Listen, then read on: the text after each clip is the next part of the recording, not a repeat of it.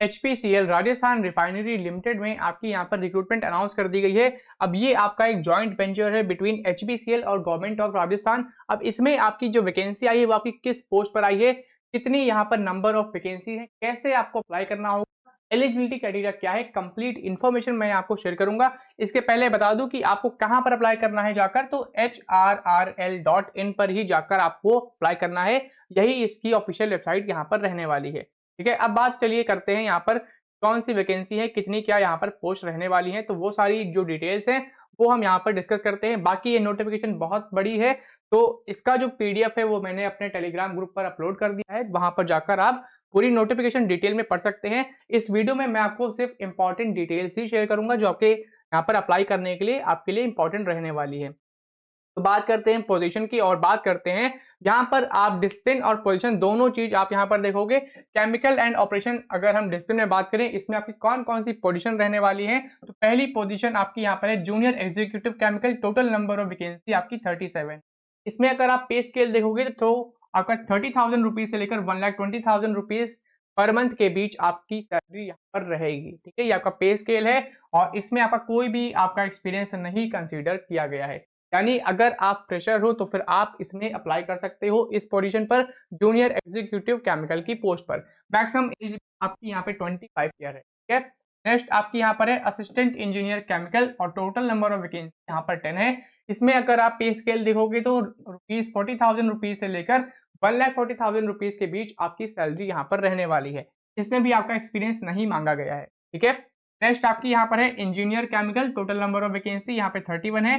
Salary 50,000 rupees से लेकर 1,60,000 rupees per month यहाँ पर रहने वाली है। और इसमें आपका मिनिमम जो वर्क एक्सपीरियंस रिक्वायर्ड है वो आपका है 3 इयर्स का, तो ये चीज ध्यान रखनी है।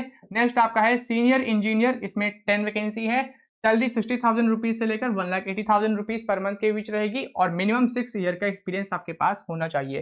फिर नेक्स्ट आपका है senior manager technical planning refinery petrochemical.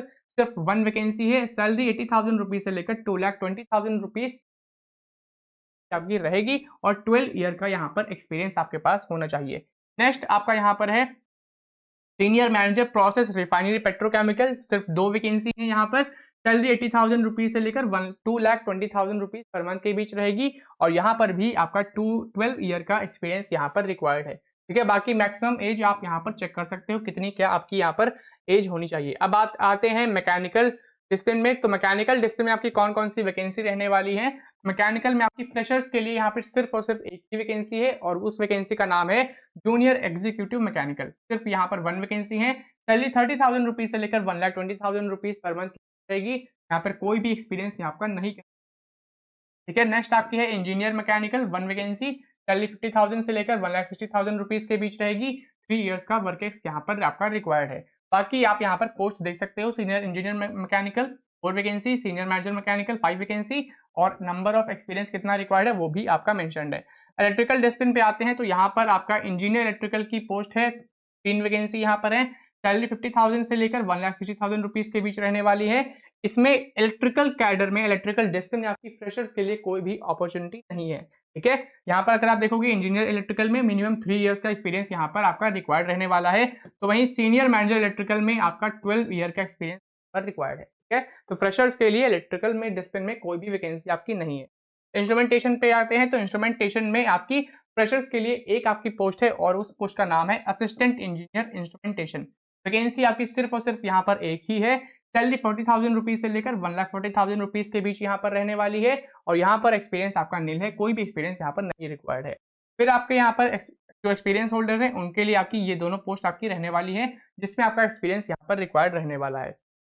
बात करते हैं फाइनेंस कैडर में, तो फाइनेंस जो आपकी डिसिप्लिन है इसमें भी आपकी वैकेंसी है। जैसे कि यहाँ पर देखोगे assistant account officer, total 4 vacancy. Salary 40,000 से लेकर 1,40,000 रुपीज के बीच। यहाँ पर भी कोई भी एक्सपीरियंस नहीं रिक्वायर्ड है। बाकी एक्सपीरियंस होल्डर वाली ये आपकी यहाँ पर पोस्ट रहने वाली है। ठीक है, एक्सपीरियंस होल्डर की जो पोस्ट है वो आपकी यहाँ पर ये दोनों पोस्ट हैं। बाकी आते हैं ह्यूमन रिसोर्स में, तो ह्यूमन रिसोर्स में आपकी मेडिकल ऑफिसर की पोस्ट है।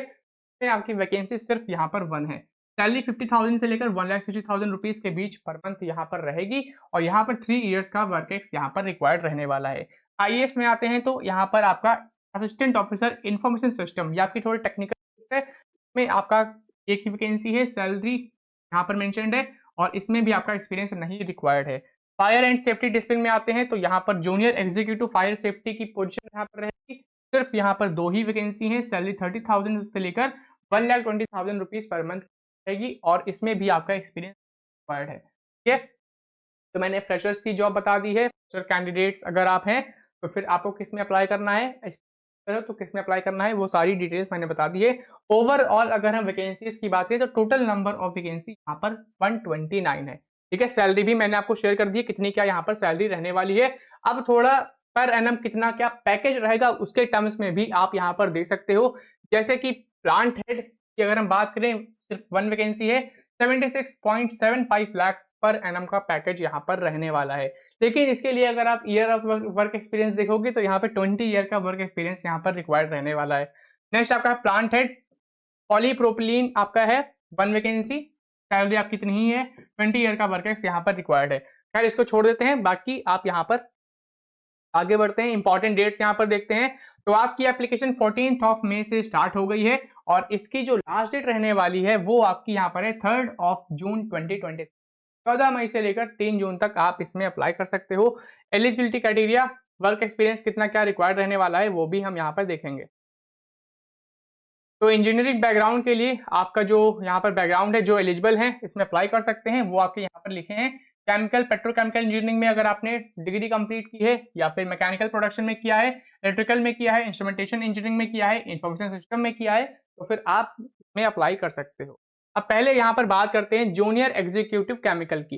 टोटल नंबर ऑफ वैकेंसी कितनी है, 37। इसमें एसेंशियल एजुकेशन क्वालिफिकेशन क्या रिक्वायर्ड है, 3 इयर्स का अगर आपने डिप्लोमा कंप्लीट किया है तो फिर आप इसमें अप्लाई कर सकते हो, या फिर 3 इयर्स का अगर आपने बीएससी कंप्लीट किया है केमिस्ट्री में तो फिर आप इसमें अप्लाई कर सकते हो। ठीक है, तो डिप्लोमा होल्डर्स के लिए बहुत ही अच्छी अपॉर्चुनिटी यहाँ पर रहने वाली है। की जॉब रिस्पॉन्सिबिलिटीज, ये सारी डिटेल्स आप यहाँ पर पढ़ सकते हो।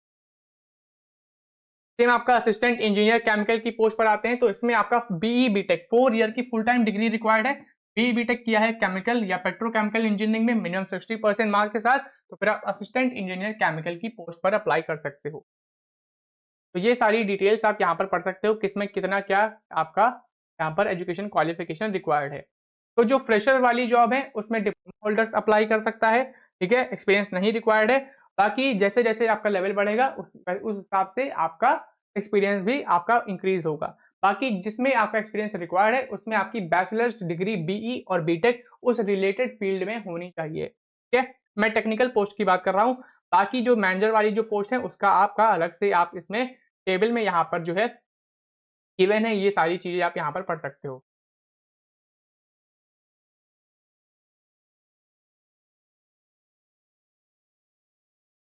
जैसे कि वर्क एक्सपीरियंस वाली भी जॉब यहाँ पर है। अब मेडिकल ऑफिसर में देखोगे सिर्फ एक ही वैकेंसी है, लेकिन एमबीबीएस और एएफआईएच ये दोनों आपका यहाँ पर रिक्वायर्ड रहने वाला है। इसमें भी आपका वर्क एक्सपीरियंस यहाँ पर कंसीडर किया गया है। तो ये सारी जो डिटेल्स हैं वो आप यहाँ से पढ़ सकते हैं। चलिए अब बात करते हैं यहाँ पर जो आपका सिलेक्शन का जो प्रोसेस रहने वाला है वो आपका किस बेसिस पर यहाँ पर होगा।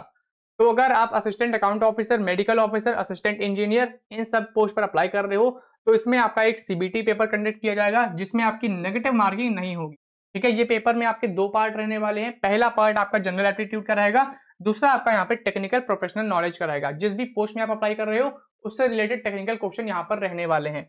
और यहाँ पर अगर आप देखोगे तो कौन कौन से क्वेश्चन यहाँ पे रहेंगे, क्या क्या इसका वेटेज रहेगा, कितना क्या मिनिमम क्वालिफाइंग मार्क्स है तो वो भी आपका मेंशन है। मिनिमम क्वालिफाइंग मार्क्स आपका जनरल ईडब्ल्यूएस के लिए 40% है, एससी एसटी पीडब्ल्यूबीडी ओबीसी नॉन क्रीमिलियर्स के लिए 33.33% है। ठीक है, ये आपका ओवरऑल है और सेक्शन वाइज भी आपको इतने मार्क्स यहाँ पर लाने होंगे तभी आप क्वालिफाई करोगे। अगर आप सीनियर मैनेजर, सीनियर इंजीनियर की पोस्ट पर अप्लाई कर रहे हो तो उस केस में क्या होगा, उस केस में आपका यहाँ पर जो है टेक्निकल कॉम्पिटेंसी इंटरव्यू ये आपका कंडक्ट किया जाएगा। अब इसमें भी आपको मिनिमम क्वालिफाइंग मार्क्स यहाँ पे लाने होंगे। जनरल ईडब्ल्यूएस के लिए 60% है, एससी एसटी पीडब्ल्यूबीडी ओबीसी नॉन क्रीमिलियर्स के लिए 54% यहाँ पर है। ठीक है, जो सीनियर मैनेजर वाली जो पोस्ट है उसमें आपका technical competency interview plus behavioural competency interview ये दोनों राउंड ही होंगे। जो फ्रेशर्स के लिए जॉब है उसमें आपका यहाँ पर रिटन टेस्ट मतलब सीवीटी पेपर और प्लस इंटरव्यू ये दोनों कंडक्ट किए जाएंगे। बाकी आपका इसमें मेडिकल एग्जाम भी कंडक्ट किया जाएगा, डॉक्यूमेंट वेरिफिकेशन राउंड ये भी आपका यहाँ पर होगा। ये सारी डिटेल्स आप यहाँ पर पढ़ सकते हो। सैलरी मैंने स्टार्टिंग में ही बता दी थी, सैलरी इसमें कितनी क्या रहने वाली है। बाकी लास्ट में सिर्फ और सिर्फ प्रोफॉर्मा आपका यहाँ पर मेंशन्ड है, थोड़ा गाइडलाइंस मेंशन्ड है, इसको आपको फॉलो करना है। HRRL की ऑफिशियल वेबसाइट पर ही जाकर आपको अप्लाई करना है, जिसके बारे में मैंने आपको स्टार्टिंग में ही बता दिया था। तो बहुत ही अच्छी अपॉर्चुनिटी है इंजीनियरिंग स्टूडेंट्स के लिए, और नॉन इंजीनियरिंग स्टूडेंट्स के लिए भी बहुत ही अच्छी अपॉर्चुनिटी है। इसमें जरूर अप्लाई करें और चैनल को भी सब्सक्राइब कर लें।